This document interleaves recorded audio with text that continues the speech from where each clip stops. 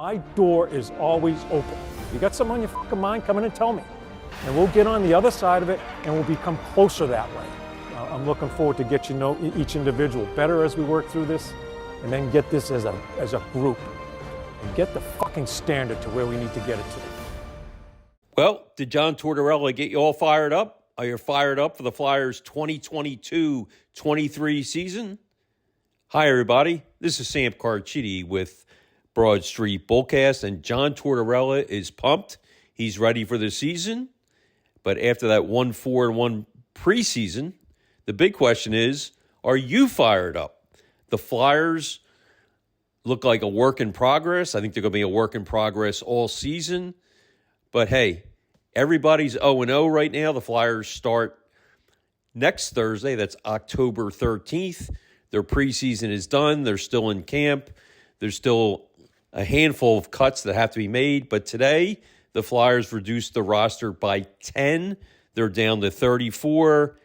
And the most noticeable, eye-opening decision today was to demote a former first-round pick, Cam York. He went back to the Phantoms. Of course, York finished fairly strong last year. He played the final 30 games for the Flyers, and but he will start this year with the Phantoms.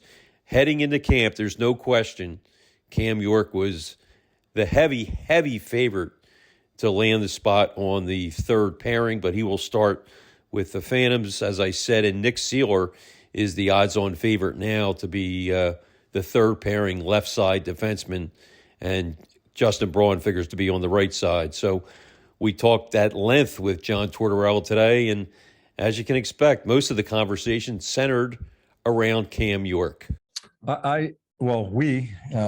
We had a meeting today, coaching's managers. We just feel it's the best thing for him right now in his process. Yeah, I think sometimes when people are sent to the minor leagues, that you're kind of throwing them away. I think it's a perfect situation for him to go down there and play. It's a great league to train in. Still a young man playing I think it's the toughest position. I think goaltending is the most important. Defense is the toughest to play.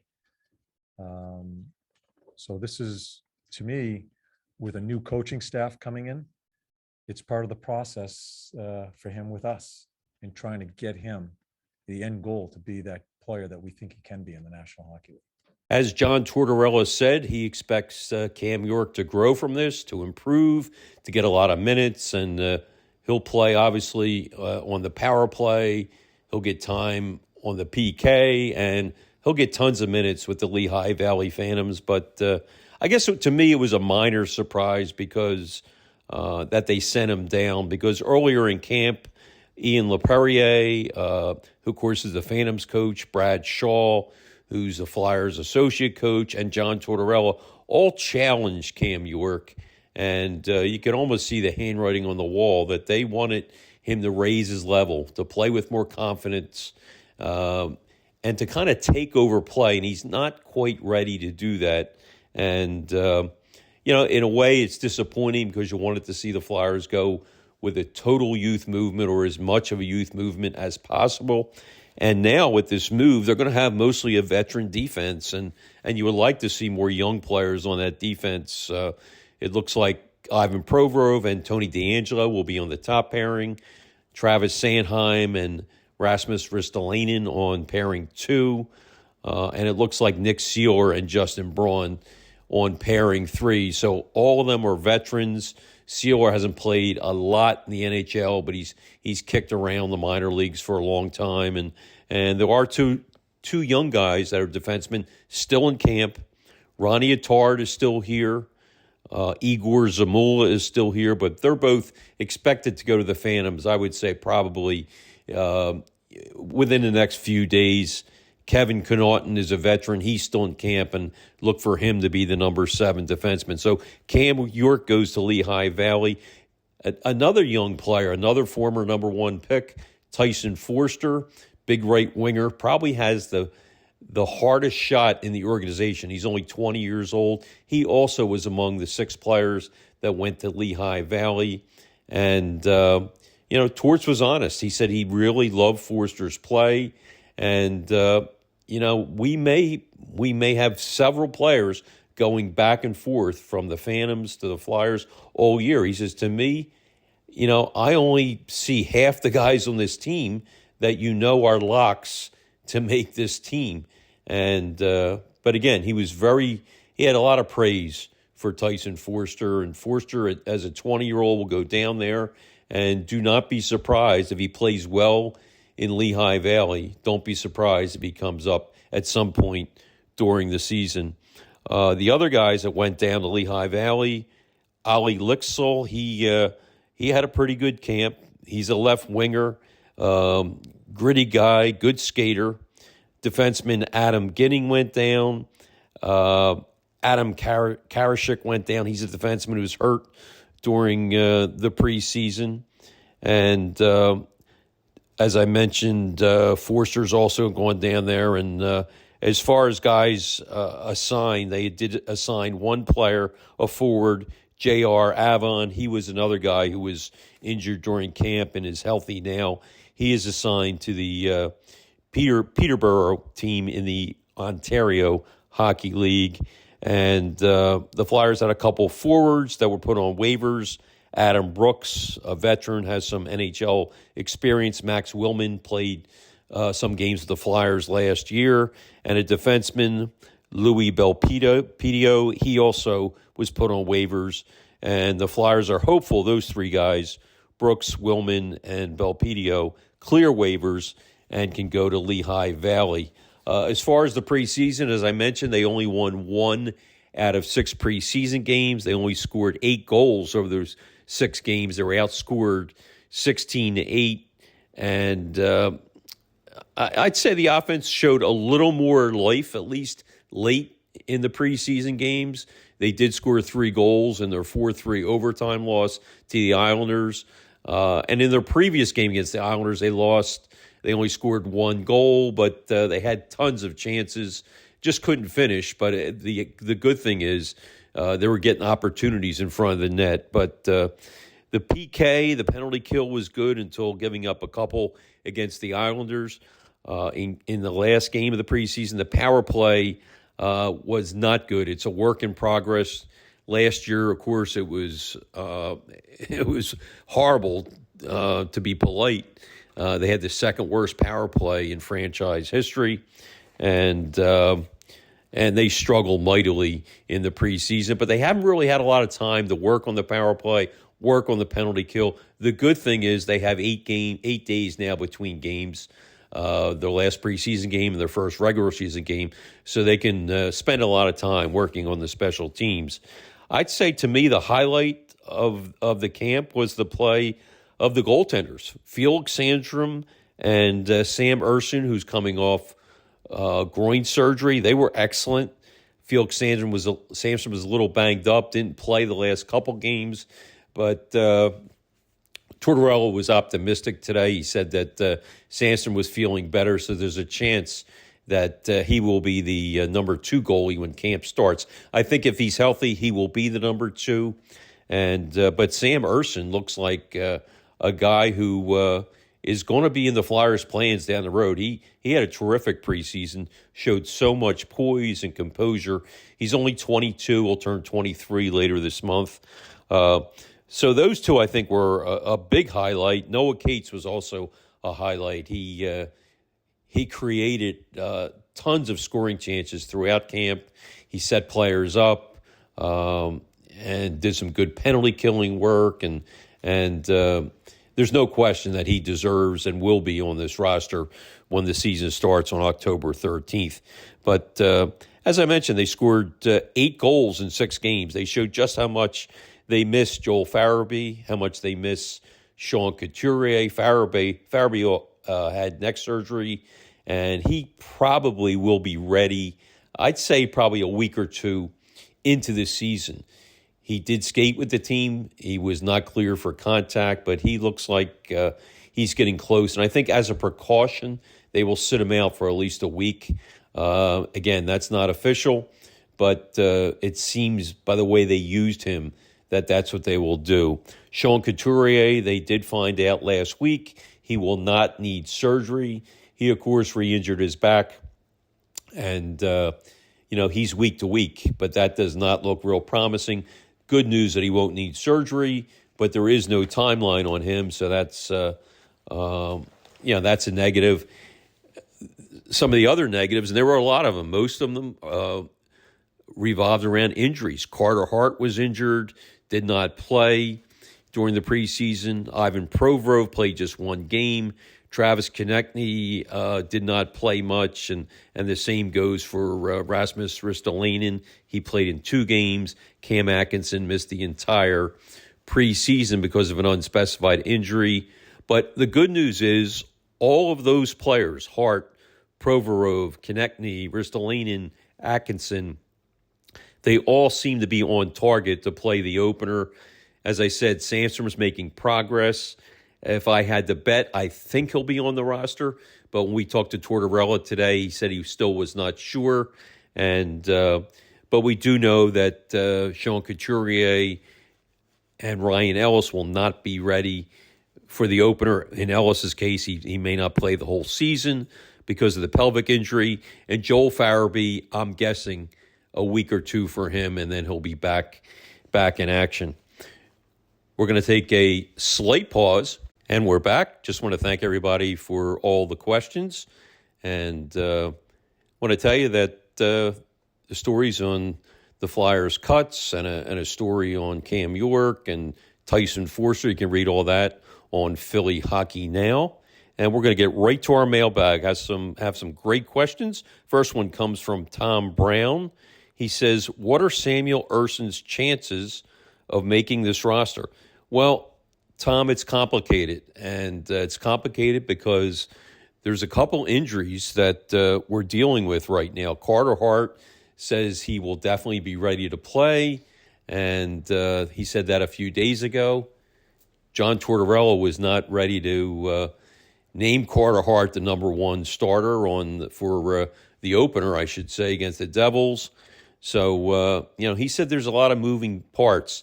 The other moving part is the injury to Felix Sandstrom. And again, some good news today. Felix Sandstrom was feeling better. He was on the ice in Voorhees. And so that's a positive. The other positive is that Sandstrom was terrific in preseason, as was Sam Urson, as you mentioned. Urson had a .950 save percentage during the preseason games. Sandstrom was almost as good. He was just below that. The other guy in camp is Troy Grosnick, and he was only so-so in camp. And but this is where it gets complicated, Tom, because if you're going to have Sam Urson as your number 2, Carter Hart is going to get a majority of the games. Do you really want a kid who's going to turn 23 this month sitting there and not playing for a couple weeks at a time? I don't think you want that. I think you want him playing. So even though you'd like to reward him, with a roster spot, he showed he can play.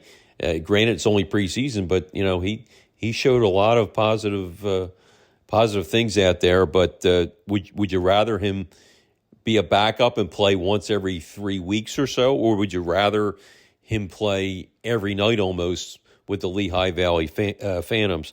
So, that kind of complicates things, because if Troy Grosnick he's a veteran. He had a great season in the AHL last year. He's 33 years old, has had a cup of coffee in the NHL. If Felix Sandstrom is injured and can't play to start the season, maybe Grosnick gets in there because he's just going to be an emergency situation. A guy that's only going to play if Carter Hart goes down. And that way Urson can get time. So it's kind of tricky. So we really don't know. I wish I could answer it better. But a lot of balls are in the air, as John Tortorella said today. And so things will play out. But again, I think if Sandstrom is healthy, I think he will be the number 2. And I think Sam Urson will be the number 1 with the Phantoms, and Grosnick will be his backup guy. Next question comes from Don Twan.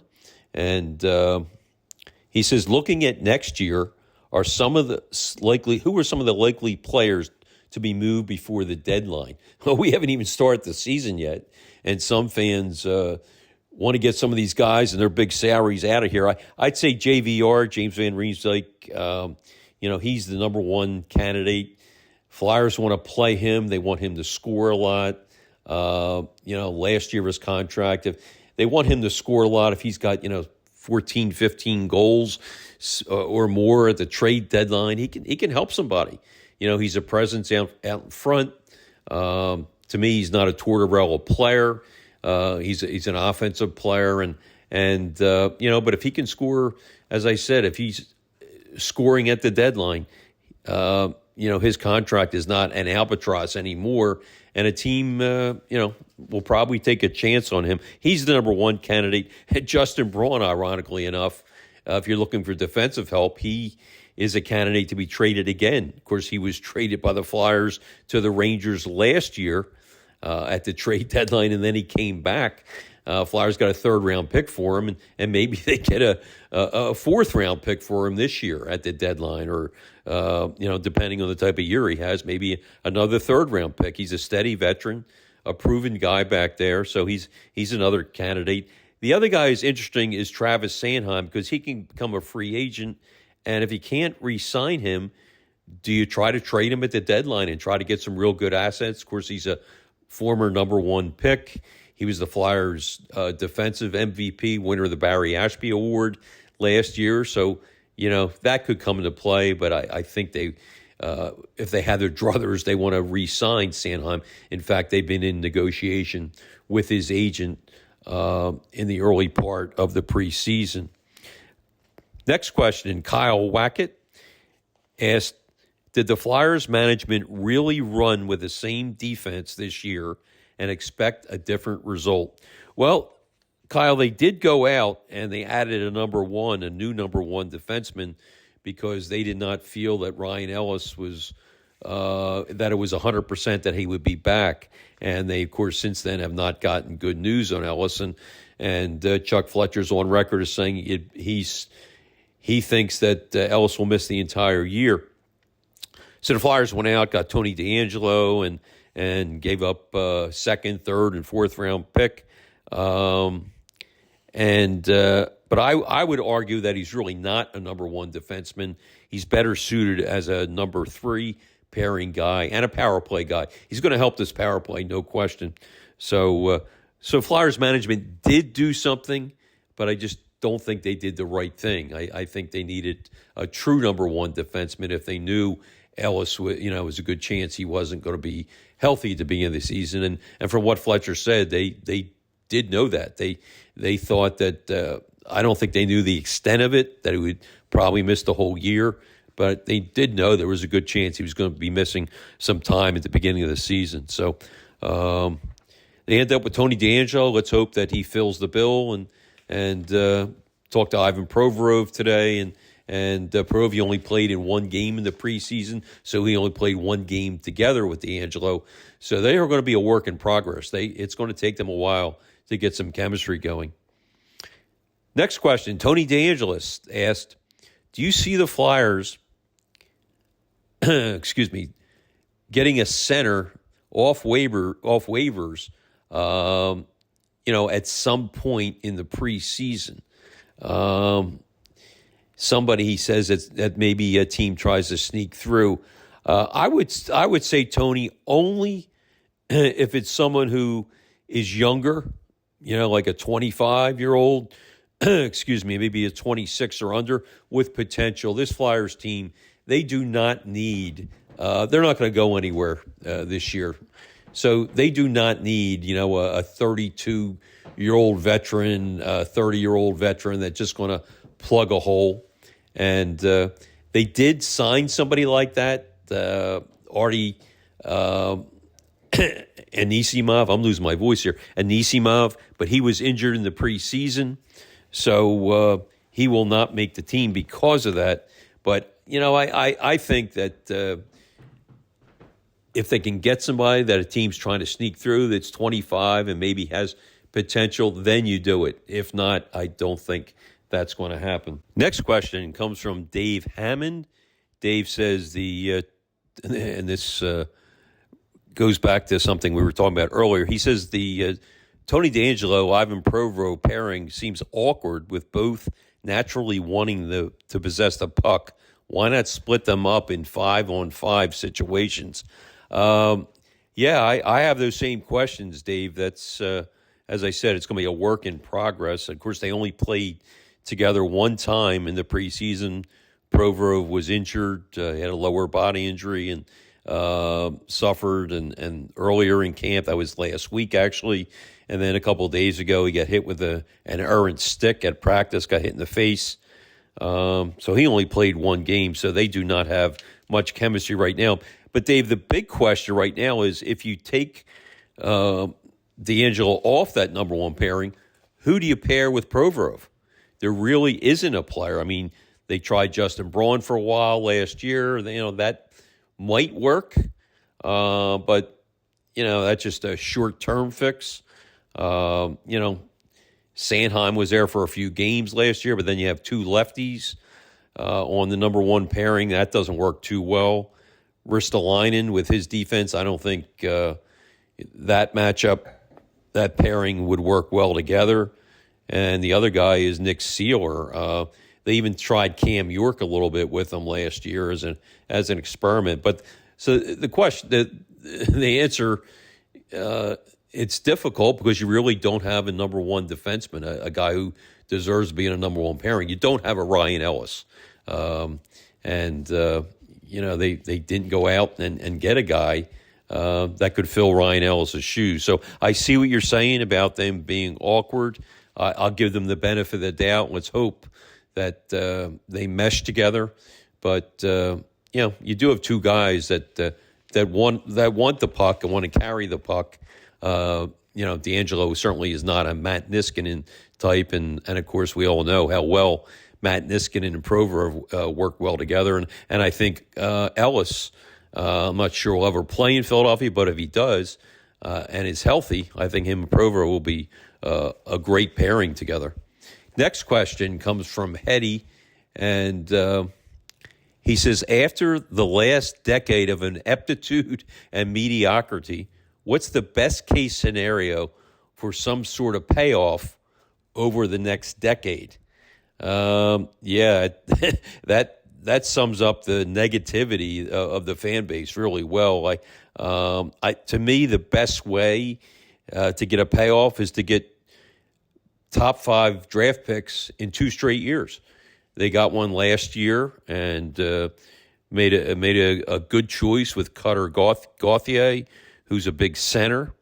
If they can get a top 5 pick this year, and I think they will, then that expedites things. It's not out of the question that Cutter Gauthier, after a year in college in Boston, will be here on the Flyers next year. Not out of the question at all. If they can somehow finish at the bottom or get the number one ping pong ball and get Connor Bedard as a center, then you're looking at the centers maybe a couple years from now being Connor Bedard, Cutter Gauthier, and Sean Couturier is your number 3 center. Or Kevin Hayes, or maybe, you trade one of these guys, or maybe one of them goes out to wing, which is certainly a possibility. But all of a sudden, the Flyers go from being so weak down the middle, center right now without Couturier and without the flexibility that Claude Giroux gave you, it's probably the weakest position, or certainly one of them, on the Flyers right now. So to me, the best way to be relevant, finish in the bottom 5 2 straight years, you get Gauthier. And even if they don't get Connor Bedard, if they somehow get one of the top 3 picks, all 3 are expected to be generational players from the scouts. So, that's probably the best case. And I think there's some optimism right now with the goaltenders. Carter Hart certainly can rebound and get back to being the Carter Hart that we saw in his first 2 years. The pipeline now has some very good prospects in Sam Urson, Ivan Fedotov, if he can come over here from Russia at some point next year. he's got all the promise in the world. I thought he was going to be the number 2 goalie this year. And, of course, Sandstrom looks promising. So, that's a positive. But you almost have to bottom out before you get good. That, of course, happened with the Penguins, and we all know with the great picks they made and getting Malkin and Crosby and on, and how that turned them into a powerhouse. Next question comes from Bill Leonard, and he asks, what will the opening night lines look like? Good question, Bill, and of course the injuries, leave everything in flux a little bit, but I'm assuming that Joel Farabee will not be here ready for the opener, and if we assume that, Owen Tippett looked really good at left wing in the couple games he played there. He's a natural right winger. He has played some left wing in the past. I think Tippett starts the season as the top line left winger with Kevin Hayes in the middle and Cam Atkinson, if he's healthy, on the right. The second line, I have Lawton centering James Van Riemsdyk and Travis Konechny. Third line, I have Morgan Frost centering Wade Allison and Noah Cates. And I have Tanner Lazinski centering Nick Delorier. And the right side spot's a little tricky right now. I think Zach McEwen may have the inside track. Hayden Hodgson is a possibility. He's a bubble guy. He'll either make the team, be a fourth-line right winger, or maybe be the extra guy. And Jackson Cates is another interesting guy. He could fit into the plans. He could slide over to wing. But right now, I think they want an identity, and I would not be surprised if the fourth line had big guys on it, and like Lazinski in the middle, and as I said, Delorier and McEwen. So as far as the defense, I mentioned that earlier. I think Provy and D'Angelo on the top pairing, Sannheim and Ristolainen on 2. The third pairing, I have Nick Seeler and Justin Braun. I have Kevin Connaughton as the extra, and I expect Igor Zamul and Ronnie Attard to go down to the minors.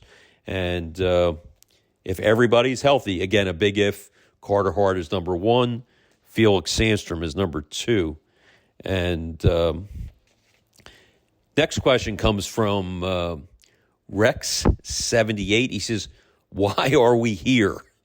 Are we here as Flyer fans just to suffer? Well, Rex, I feel your pain. I think a rebuild, though, if done right, can be fun, can be interesting. I do not think it was done right in the offseason. I think Chuck Fletcher should have added a lot more youth, picked up more draft picks, traded some veterans. But there are some promising young guys here, Wade Allison, Owen Tippett. I was going to say Cam York, but he's not here now. But I do expect him to be back, maybe after a couple months, after he gets some games under his belt with the Phantoms. Other young guys who I think are going to fit in are Noah Cates, I think Tanner Lazinski, and Morgan Frost. They're going to get a shot. I think it's going to be fun to watch these young guys on the way up and see if they can prove themselves. And, I think the hope this year is you get development from the young kids, development from some of the guys that maybe have bottomed out the last couple years. Guys like Travis Konechny, guys like Ivan Provorov. And I like to see the young guys, the young goalies, I should say, really pick up their games and show what they have. And that can help you, make trades down the road. If you have 3 goalies that are very promising, you can get maybe a quality young player, a young prospect for them. So that is going to conclude our questions. We had a lot of great questions today, and again, just taking care of some business. The Flyers are practicing on Thursday and Friday at 11 a.m. at the Flyers Training Center in Voorhees. Both those practices are at 11 a.m. They are not practicing. They have a day off on Saturday, resume practicing on Sunday, and they'll have lots of practices next week. And then the season starts next Thursday, October 13th, against the Jersey Devils, who are a young team, a team that's building the right way. They have a lot of young guys in their lineup and young guys that look like difference makers. So that'll be an interesting matchup. And again, thanks for all the questions. Thanks for listening. And you can listen to us on Spotify, Apple, and YouTube. I want to thank my amazing son, Sam, for his great producing. And like the late, great Gene Hart is fond of saying, good night and good hockey.